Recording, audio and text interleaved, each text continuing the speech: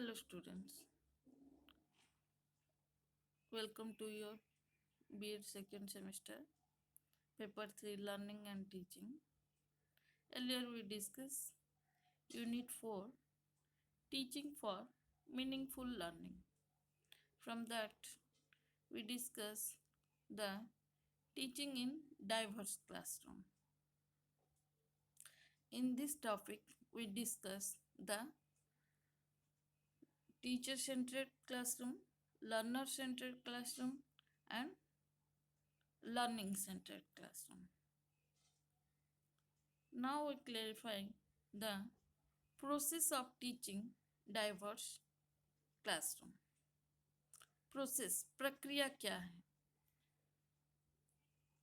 विविध कक्षा शिक्षण की प्रक्रिया क्या है?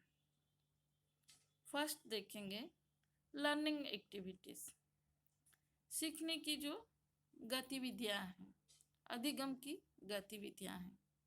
Offering variety provides the students with opportunities to learn in way that are responsive to their own communication style, cognitive styles and aptitudes.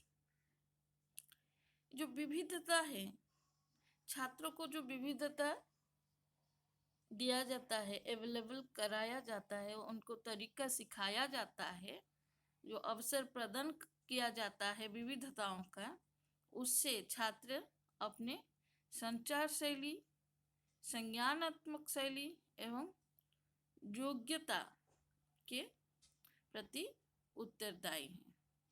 उससे वो जैसे सीखते हैं ये सब के ऊपर वो उत्तरदायित्व है अपना संज्ञानात्मक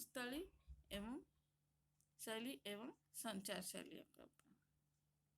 इन addition the variety helps them develop and strength other approaches to learning.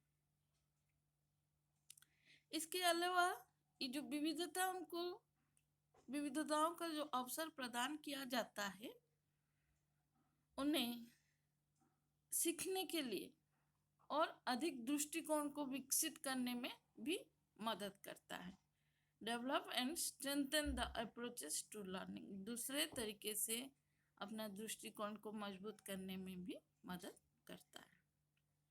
Next देखेंगे consider students cultures and language skills when developing learning objectives and instructional objectives. When developing learning objectives and instructional objectives. जब छात्र सीखने के उद्देश्य एवं अनुदेशात्मक जो गतिविधियां हैं, इंस्ट्रक्शनल एक्टिविटीज, ये दोनों को अधिगम के जो उद्देश्य है ऑब्जेक्टिव्स है एवं अनुदेशात्मक जो गतिविधियां हैं वो दोनों को विकसित करते समय छात्रों की कल्चर एंड लैंग्वेज स्किल को ध्यान देना है. सांस्कृतिक और भाषा कौशल जो है उसके विचार को ध्यान देना है. देखते हैं facilitate comparable learning opportunities for students with differing characteristics.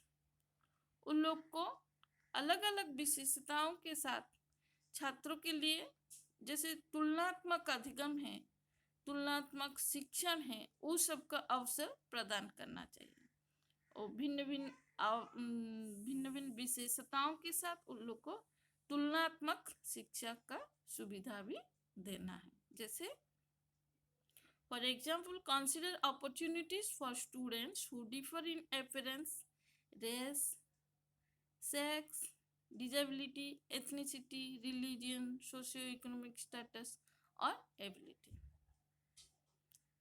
जैसे उदाहरण में देखें कि उन छात्रों को अवसरों पर विचार करना है जो कि रेस, नस्ल है, लिंग, विकलांग एवं इथनिसिटी, जातीयता, रिलीजन, धर्म के ऊपर, सोशियो इकोनॉमिक, सामाजिक आर्थिक स्थिति और एबिलिटी जो क्षमता भिन्न भिन्न है, वो लोग को अपॉर्चुनिटीज ज़्यादा देना है, उन छात्रों को अवसर ज़्यादा देना है जो हमारा sex, ability, ethnicity, religion, socio economic status एवं एबिलिटी में डिफर है, अलग अलग है। Next, incorporate objectives for effective and personal development. Incorporate objectives for effective and personal development. Effective and personal development भावात्मक एवं व्यक्तिगत विकास के उद्देश्य को भी शामिल करना है। वो भी उद्देश्य को जो भावात्मक एवं व्यक्तिगत विकास है उसको शामिल कराना है। जैसे provide increase opportunities for high and low achievers to boost their self esteem, develop positive self attributes and enhance their strength and talents. उच्च और कम उपलब्धियों के लिए उनको उनके आत्मसम्मान को बढ़ावा देना है एवं सकारात्मक आत्मविशेषताएं क्या क्या होना है उसको विकसित करना है और उनकी ताकत और प्रतिभा को बढ़ाने के लिए भी क्या करना है, अवसर प्रदान करना चाहिए। तो कैसे वो लोग उच्च उपलब्धियां प्राप्त करेंगे, आत्मसम्मान को अपना बढ़ावा देंगे, जो विशेषता है उसको, जो प्रतिभा है उसको निखारेंगे, इसलिए उन लोग को अवसर देना है। Such opportunities can enhance students' motivation to learn and achieve. इस तरह के अवसर सीखने और प्राप्त करने के लिए छात्रों को हमेशा मोटिवेट करना है, प्रेरणा देना है और प्रेरणा से उन लोग को जो सीखने का अवसर है वो बढ़ता है।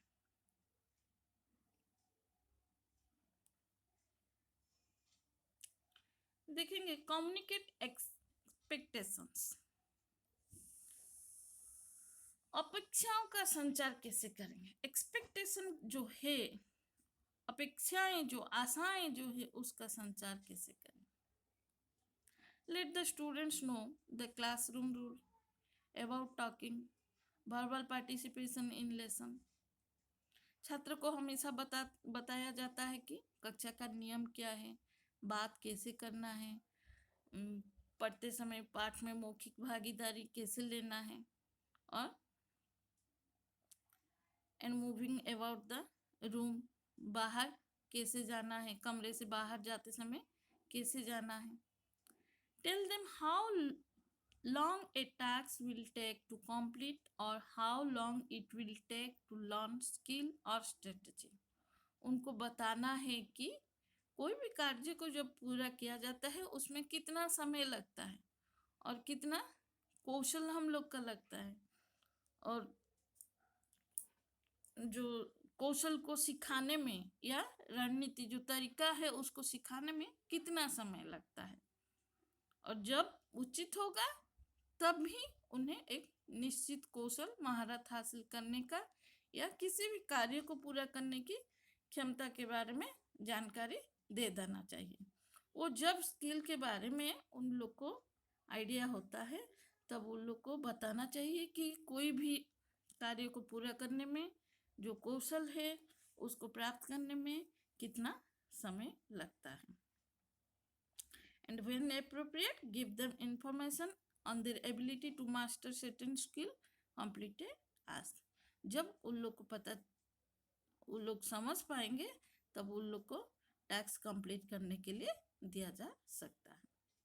For example, it may be necessary to encourage students who expect to achieve mastery but are struggling to do so. उदाहरण जब देखेंगे, उन छात्रों को प्रोत्साहित करना आवश्यक हो जाता है जो महारत हासिल करने की उम्मीद रखते हैं, लेकिन ऐसा करने के लिए हमेशा क्या करते हैं, संघर्ष करते हैं। अपना योग्यता प्राप्त करने के लिए हमेशा संघर्ष करते हैं। वो लोग को जो संघर्ष करते रहते हैं कुछ हासिल करने के लिए, उन लोग को जानने का आवश्यकता है कि ये जो महारत हासिल करेंगे जो क्षमता हासिल करेंगे उसमें बहुत सारे कठिनाई आएंगे, उन लोग का सामना करना होगा। वो कठिनाई के माध्यम से उन लोग को काम करना होगा।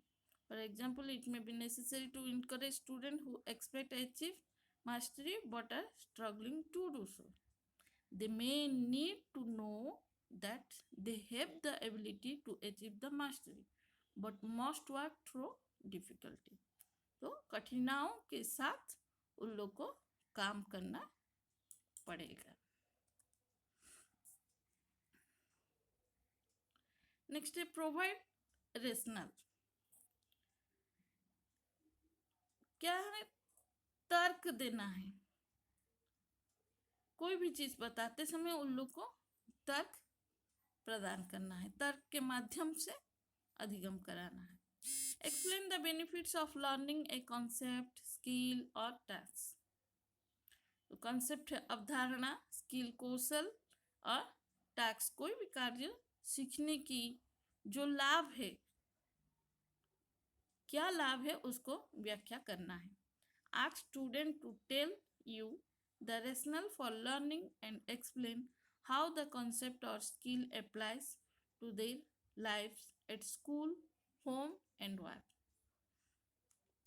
और छात्र से पूछते रहना है कि सीखने के लिए जो तर्क बताया जाते हैं और जो समझाया जाता है अवधारणा और स्किल कौशल के बारे में स्कूल और घर में,